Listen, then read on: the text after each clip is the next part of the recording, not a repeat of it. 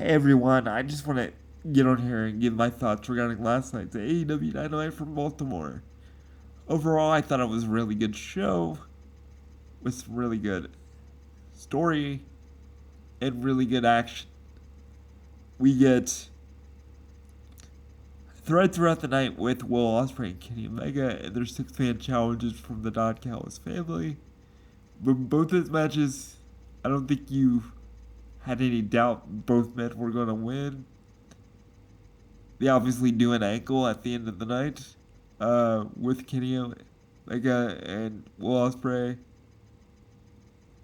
It was fine. It did what it needed to do. The main storytelling point of the episode was the sit down with Renee Paquette, which both men I think did well, although I'm not a fan of Kenny Omega's over the top anime acting. Um, that's just not my thing.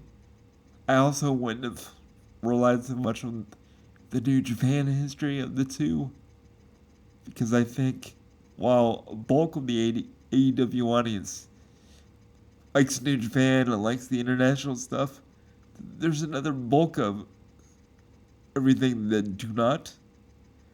It comes across like Kenny Omega and CM Punk were rehashing something from years ago when there's more current stuff now.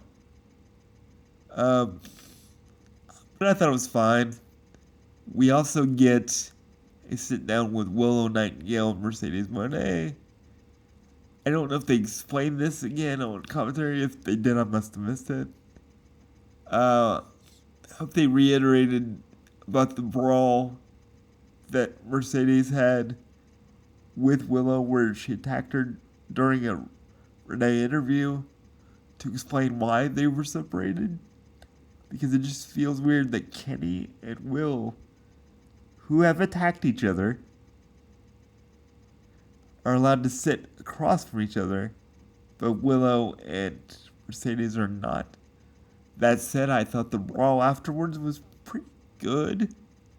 I kind of wish Mercedes had more in her repertoire than just saying the word bitch as a pejorative to her opponent, but I think what they did here was fine. We got a solid segment with um, Andrade and MJF building the gauntlet match.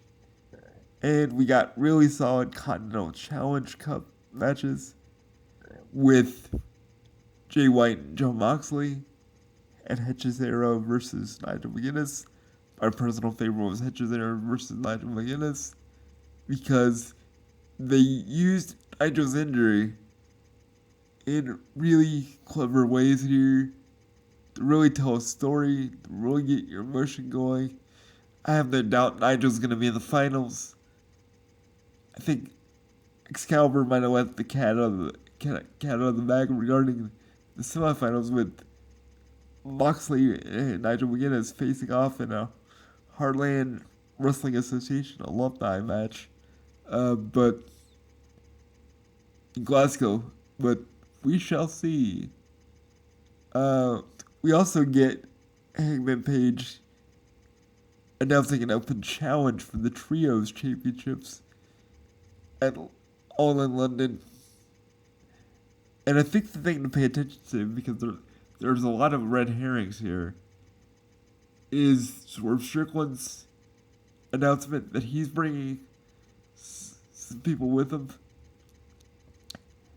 I think it's a lot of people on the internet assume that it's going to be Kofi and Xavier, and I have no doubt that it probably is. It's no secret that both sides, Kofi and Xavier and AEW, have said they'd be overjoyed to work with each other. So if it's not Kofi and the former Xavier Woods, I don't think you could put another duo with him that would have the same resonance. And I don't know if I think once you put the trios titles on them, if it's Kofi, Austin Creed, and Swerve, those titles need to stay put for a little while because we bounced those things around the last 4 to 6 weeks. And I think it's best for those things to stay still. Oh, I should mention the TBS four-way match where My World came out on top. I thought this was solid. This was good. And this leads to Willow, the World Heavyweight Champion, saying she promised My World a title shot. So that's going to happen on Saturday. I think that's going to lead to My World getting a challenger for All In because Tony Khan's going to book these matches all the way up until the last minute. But like I said, all in all, really solid episode of Dynamite. But there was one segment that I did not enjoy. That was the Darby Allin Kevin Knight segment. I just didn't like it. It felt like Darby Allin doing Darby Allin shit. And it required you to suspend so much disbelief regards to the pyro that I just didn't like it. I don't think it was necessary. It felt like Tony Khan was trying to do something to give Kevin Knight a little bit of something extra regarding his aura after that Chris Jericho match where Jericho, I say, got too much on Knight. But other than that, I thought it was a really good episode. And we are in the final stretch of one of AEW's biggest shows of the year. And I'm interested to see where it goes. Not really interested to pay the price tag because your boy is kind of broke, but we'll figure that out as we get closer. But all in all, really good episode. Tony should be very happy.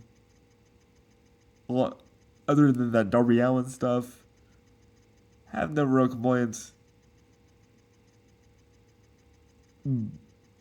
But a good show nonetheless.